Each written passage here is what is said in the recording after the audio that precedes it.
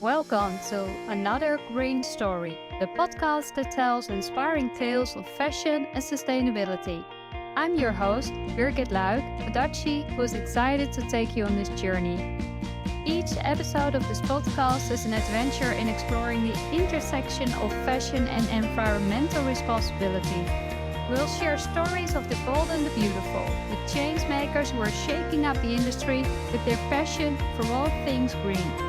We believe that change comes from both consumers and the industry, which is why we're here to inspire and empower everyone to make a difference.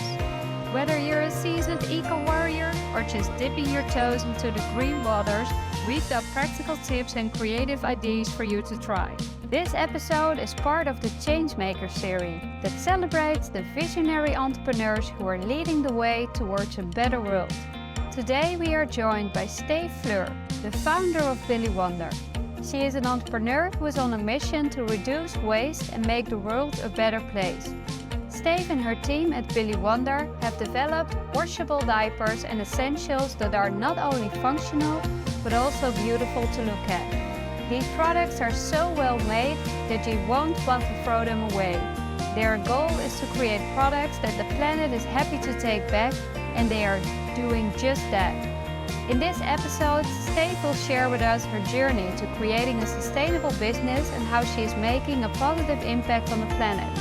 She will also discuss the challenges she has faced along the way and how she has overcome them.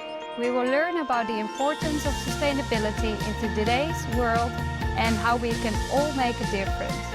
So, sit back and join me in welcoming Steef, the founder of Billie Wonder, to the Changemaker podcast series. Hi Steef, welcome. Really nice to have you on this episode in the Changemaker series. Thank you. It's really nice to be here. Yes. For the listeners, can you introduce yourself a bit more and your company, Billie Wonder? So what kind of business it is and what kind of solution are you offering and how you're making an impact? Of course. My name is Steef Fleur. I'm Dutch, born and raised in Amsterdam, and originally a documentary photographer. And I started Billie Wonder when I was pregnant with my first child. As a photographer, I did a lot of research on hemp, and I saw my first diaper while on assignment in California. And I thought, well, if I ever have kids, I want to use that.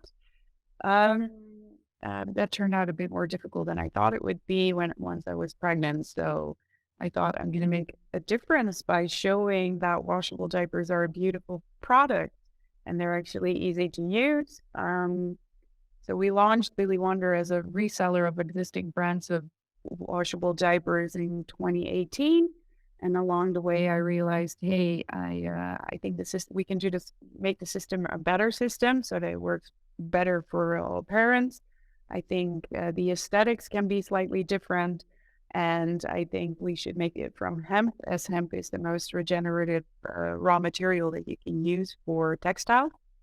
And it was always a business I had alongside my work as a photographer. And while it was COVID, my photography was put on hold.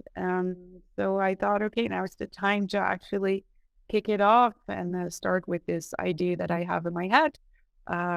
So in February 2022, we launched our own collection of premium and easy to use washable diapers and accessories hemp-based.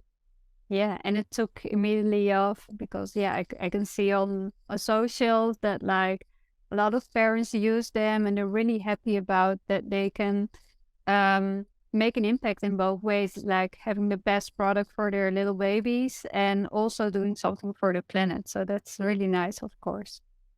Yeah, it went really well from the start as we worked with a couple of good role models here in the Netherlands as well. And of course, we launched together with them, which made it a success from the beginning. So that's good. Yeah. And your goal is to make products the planet is happy to take back. What do you mean by this? And how does this work in real life? How does this work in your company?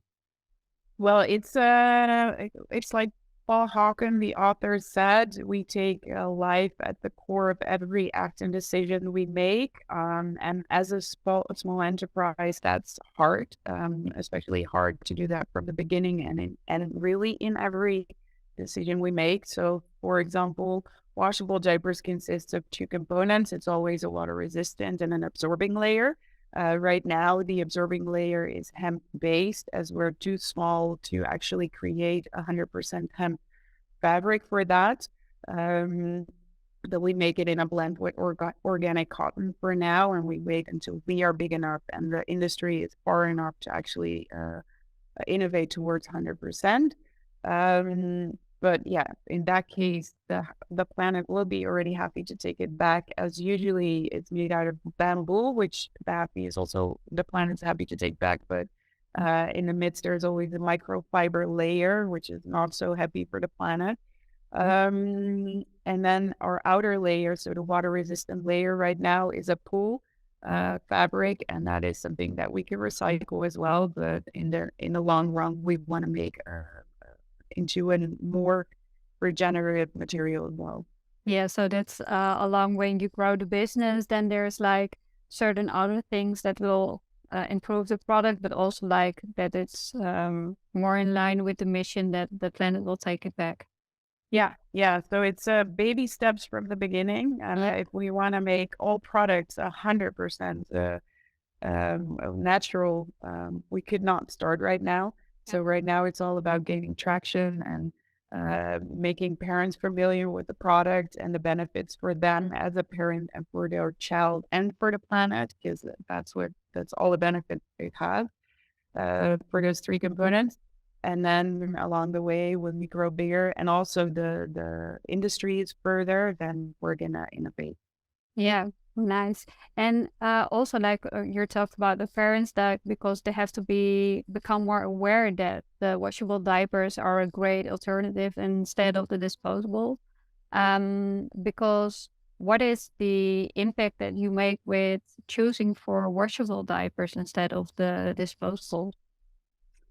Well, disposable diapers create 22 kilograms of diaper waste per month per child. So that's if you, I don't know the number for just the Netherlands, but in the Netherlands, the average age to be in diapers is 3.5, and there's 180,000 babies born every year.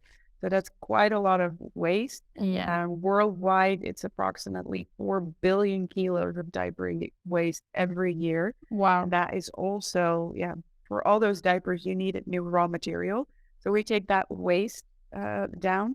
But then to manufacture washable diapers, you also decrease the amount of raw material you need for diapers with 95%. So that is a big difference, because one washable diaper you can use approximately 400 to 500 times. So that's a very big difference. And then, so 95% less raw material use, 95% less waste. And then even with the washing and drying, it's about at least 50% CO2 reduction because of transportation and then manufacturing, and then actually taking care of the waste, either bringing it into the landfill or burning it. And then the extra step we take with Billie Wonder by using hemp is that hemp is a raw material that actually gives back to the planet. So it feeds the soil it grows on instead of exhausting her. It uses very little water and less space than cotton, for example. So the yield is higher, the growth cycle is faster, and CO2 takes up more carbon dioxide from the air than trees do. So in the beginning, by manufacturing with hemp, we also give back to the planet instead of taking from it. Yeah. Wow.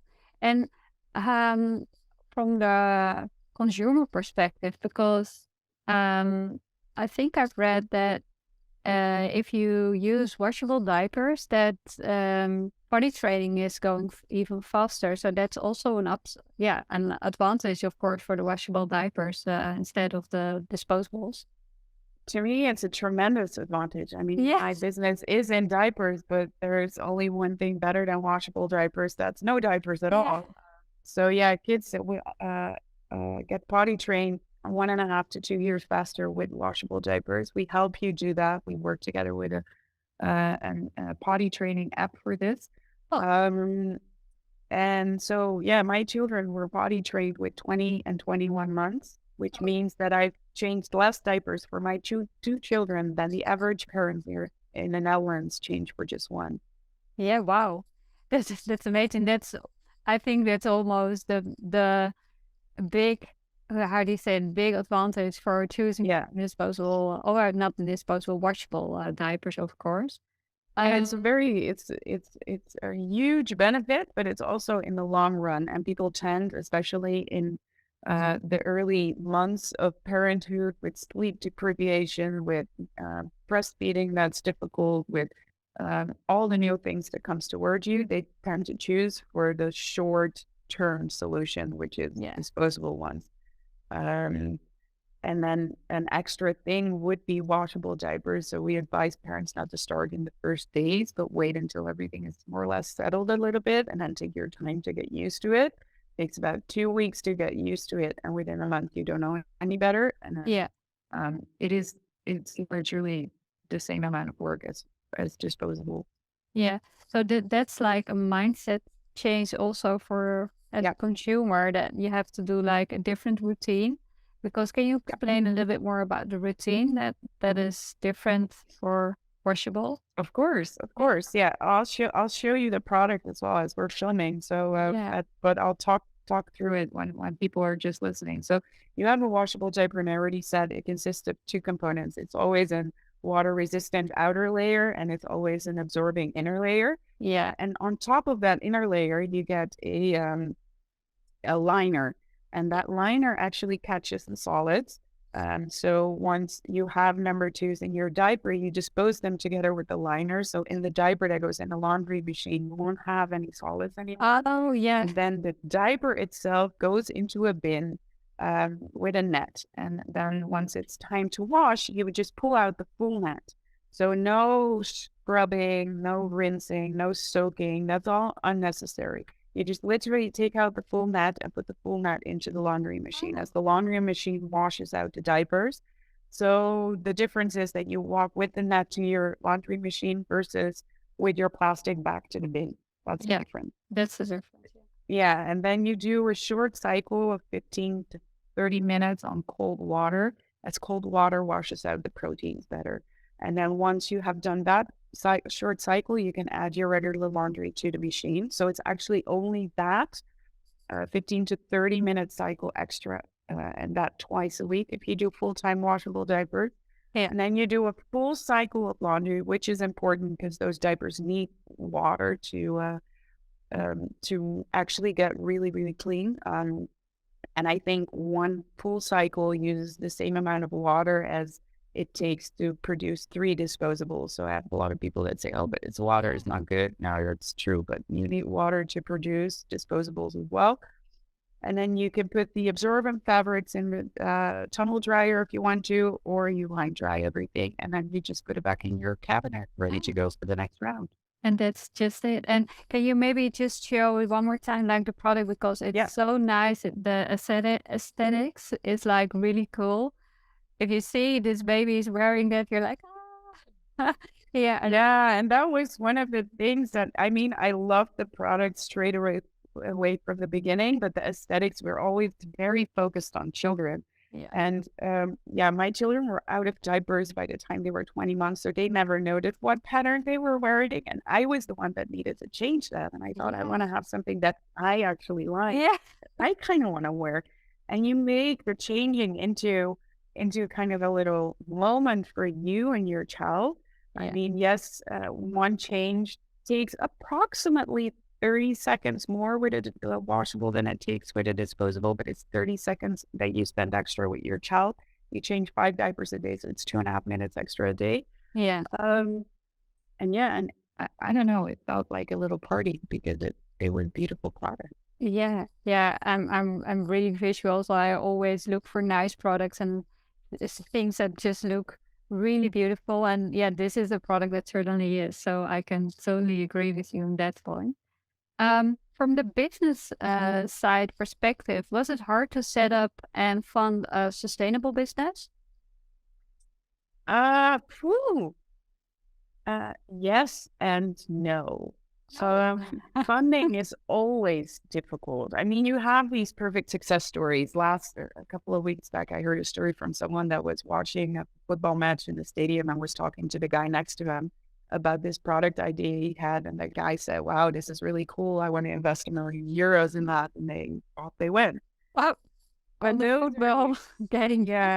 yeah, those are the exceptions. I mean, in general, funding takes a long time. Investors want to get to know you. So if you take that time into consideration, no, then it wasn't a lot of work. My first funding round was actually midst COVID, because that was the time I started. Yeah. All my funding was digitally. So it was some of my investors I had never met before they actually invested in me. And I sold a product. I didn't sell a product yet. I sold a vision and an idea because the whole design, nothing was there yet. I just said, okay, I see this product in front of me. I see this opportunity within the market. And then I was already collaborating with Nina Pearson that I did um, their capsule collection with. And Jennifer Hoffman was already interested in becoming an ambassador. So that was good. And that helped me very much. But yeah, with just this ID, midst COVID, we managed to get the funding set within 5 months. So it wasn't too bad.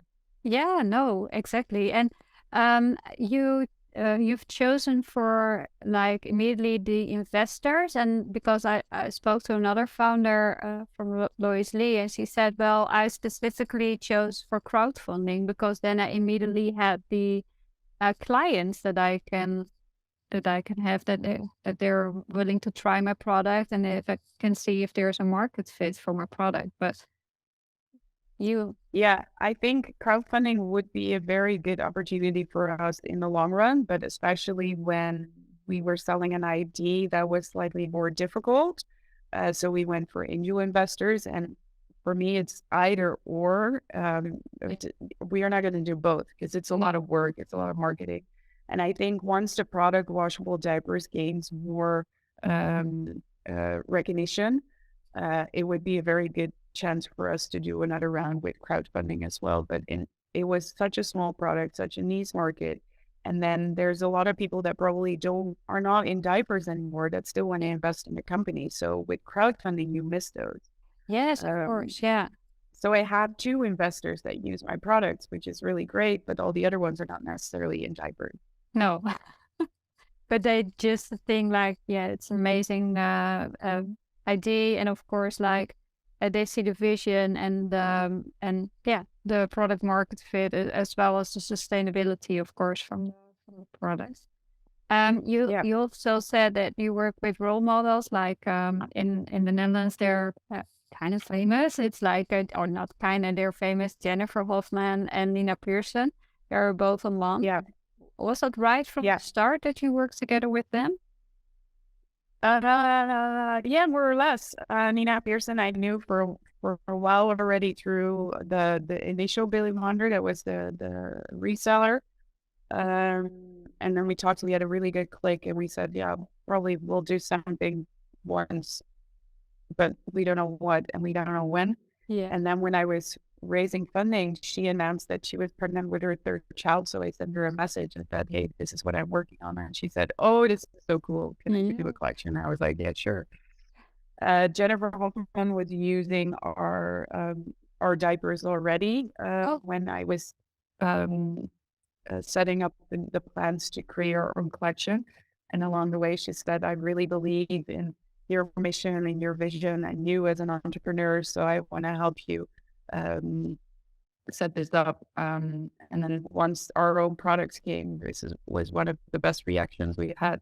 Her husband actually started using our products, and he was like, whoa, this is really next level stuff. This is really nice. So that was good. Yeah, that's the best. I Yeah. must say that I like the best comment that you can get. So, And they're like role models also. So it's like really look up to them and they see what they're using and it just goes from there, of course. What are your predictions for the future for sustainable business and what do you believe needs to be done to ensure a sustainable future in the world? Just a small question.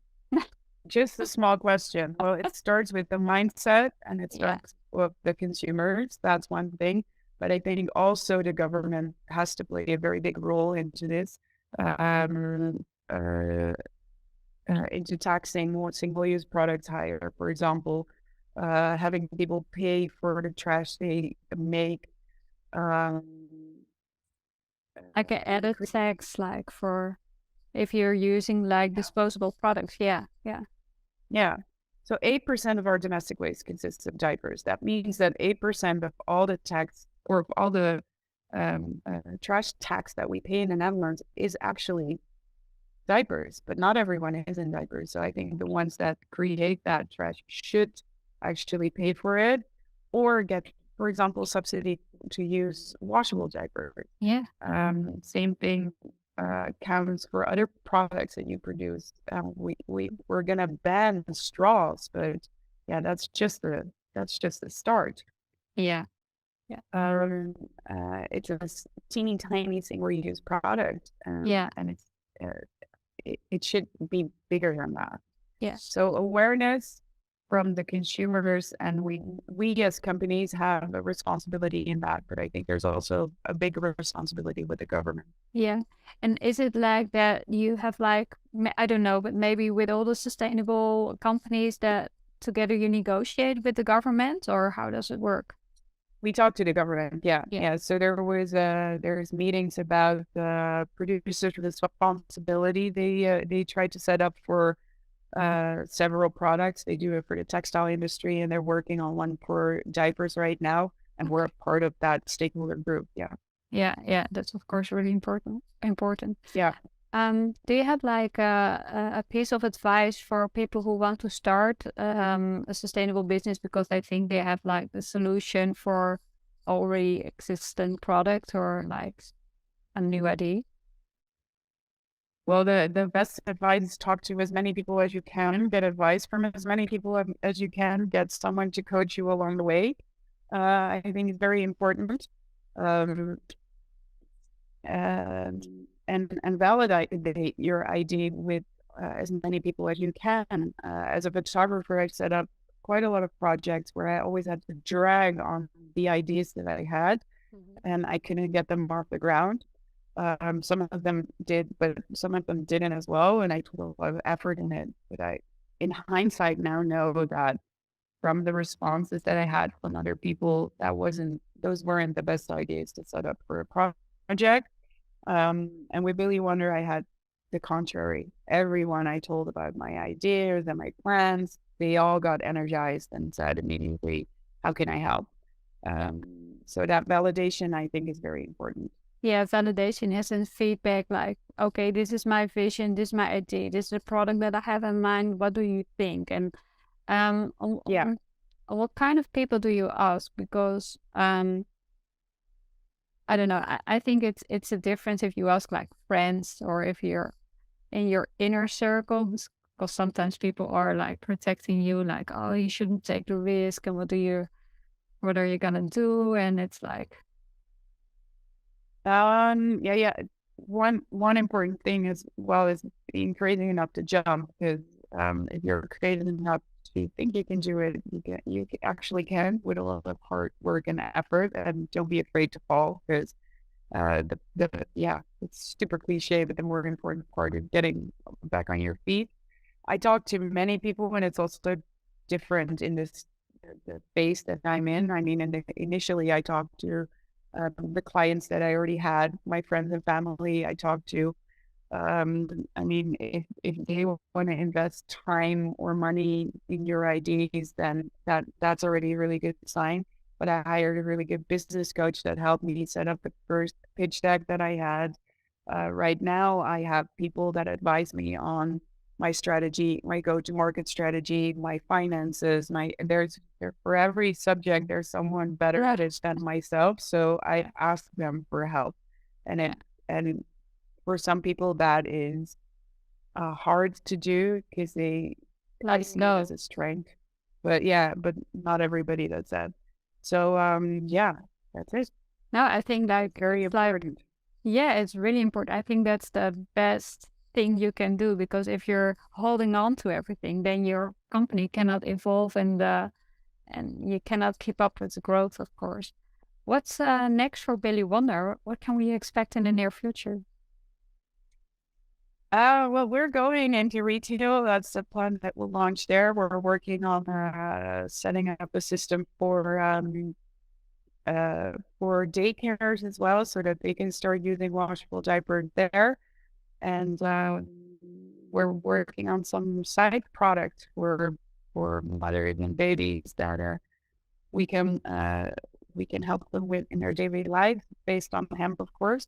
And we're working on a really cool collaboration with Tiny Library amongst two others that we're launching at the Nederland Beurs in February, which will be really, really cool, helping parents making their decision with the decisions they have to make during the first 4 years of childhood and how they can make them as sustainable as possible.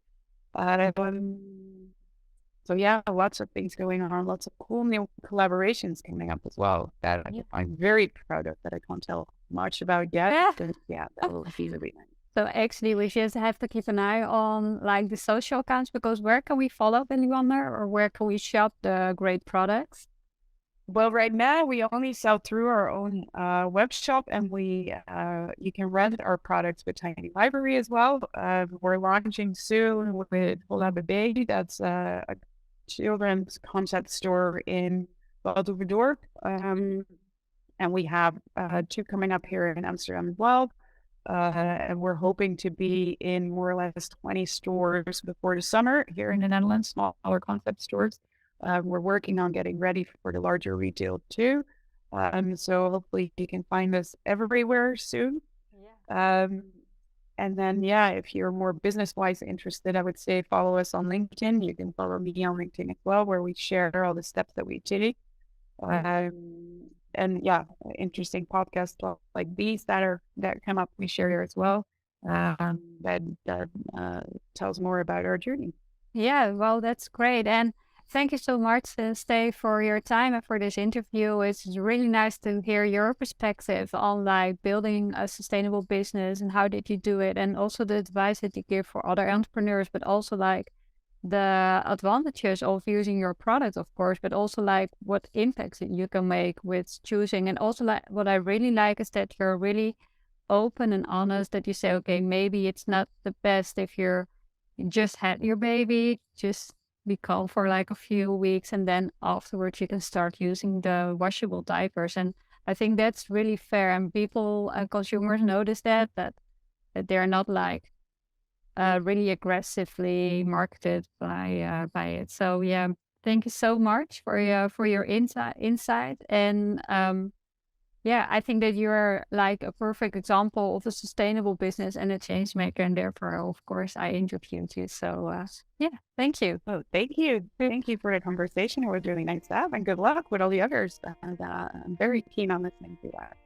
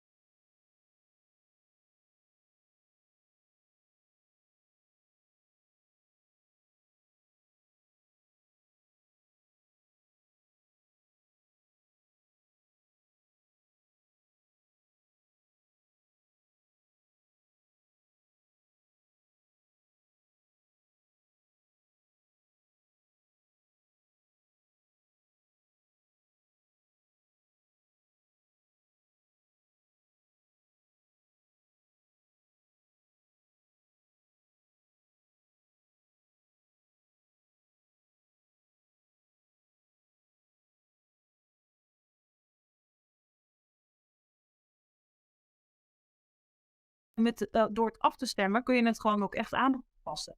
Ja, Dus als je... maar meuk. En ik zag ook op de website kun je je no more meuklijst checklist. downloaden. Een checklist downloaden. Zodat je weet, oké, wat zit er eigenlijk nou allemaal voor troep in? Of wat wil je nou eigenlijk niet op je huid smeren? En dus daar het stukje onderwijs daarin, wat ook terugkomt. Ja, super belangrijk. En dat doen we nu met de tienerlijn. Zeg ik goed, hè? Mhm. Dat ook. Dat vond ik dus zo belangrijk. Dat we inderdaad dat stukje educatie erbij, maar niet met zo'n belerend vingertje. Ja, En dan wel meer op het gebied van hormonen en gezondheid. Omdat bij die jongeren gieren die hormonen natuurlijk door hun lijf. Die meiden gaan er worden aan de pil gezet als ze acne krijgen. Of nou ja, noem maar op. Dus dat we het heel belangrijk vinden dat ze daar ook weten van... oh ja, wacht even, als ik te veel suiker eet, kan ik wel eens meer pukkeltjes krijgen. Op het moment dat je dingen weet, kun je bewustere keuzes maken. Kun je denken, ja, ik weet dat ik pukkeltjes kan krijgen. Van ja, fuck it, ik wil nu gewoon lekker eventjes dit... mensen Ben Jerry's op je kop ijs... Ik dacht dat ik het nog heel goed had verpakt. Nee. Ja, maar snap je? Dus, trouwens... Dus, Maakt niet uit. Ja. Nee, maar je snapt, weet je, dus... Maar dat is het. Kijk, op het moment dat mensen dingen weten, kunnen ze zelf bewustere keuzes maken. Ja.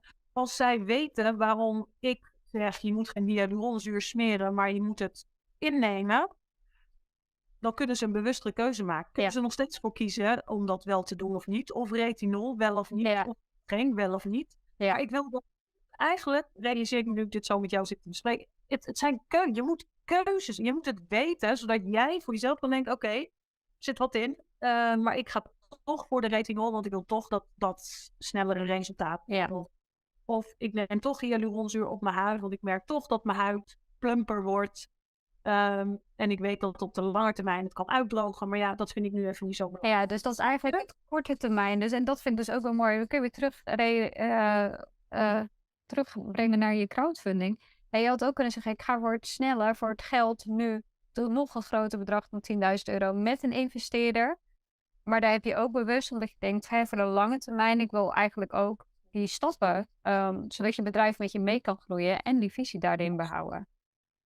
Ja, echt. En daar nog even wat over zeggen. Een andere investeerder heeft ook ooit tegen mij gezegd, want die zei van, nou ja, als je een investeerder zoekt, dan weet je waar je terecht moet zijn, waar je moet zijn. En hij zei ook, ja, maar jij moest ook die groeistappen maken. Ik had niets van hier, daar, naartoe, want dan was ik persoonlijk. Want jij weet ook, je groei van je bedrijf heeft ook met je persoonlijke groei te maken. Ja, heel erg. Op allerlei dingen door moeten werken, weet je wel. En dat gaat, als ik van hier ineens daar was, zonder zelf daarin mee te ontwikkelen, was het fout gegaan. Ja.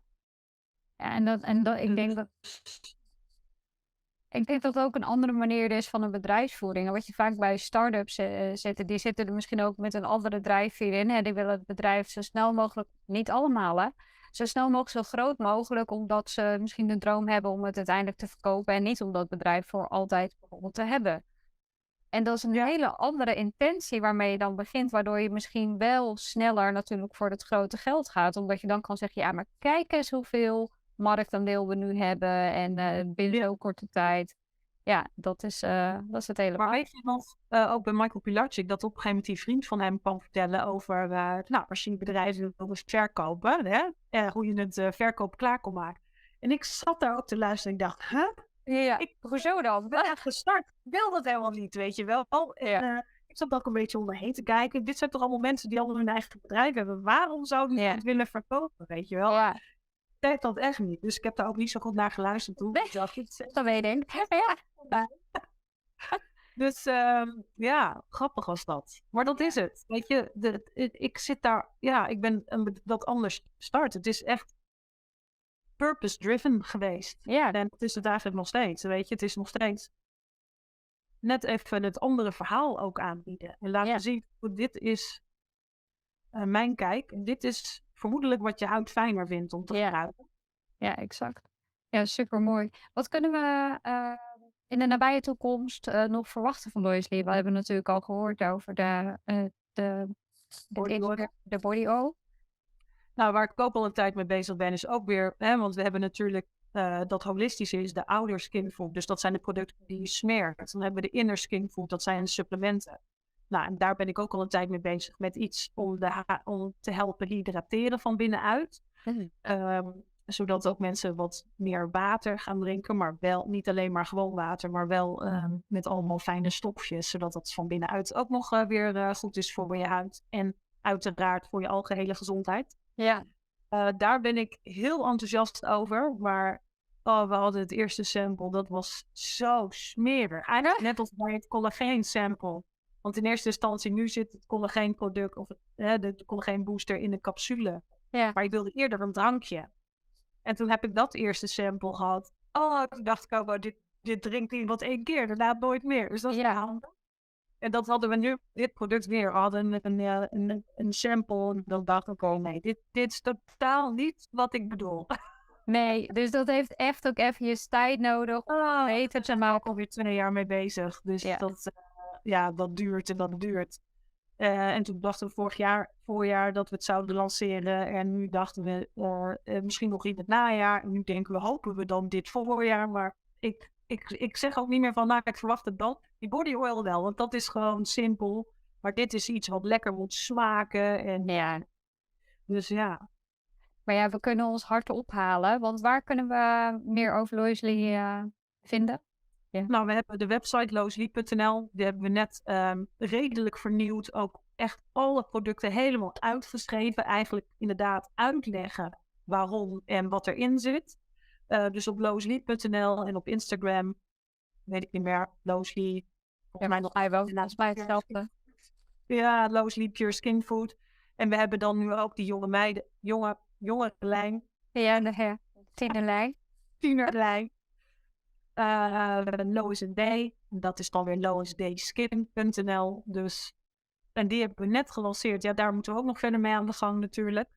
Ja. Dus ja, voorlopig ben ik nog niet uitgespeeld. Nee. Maar in ieder geval, ik zat het net op te zoeken. Het is Lois_Lee_Pure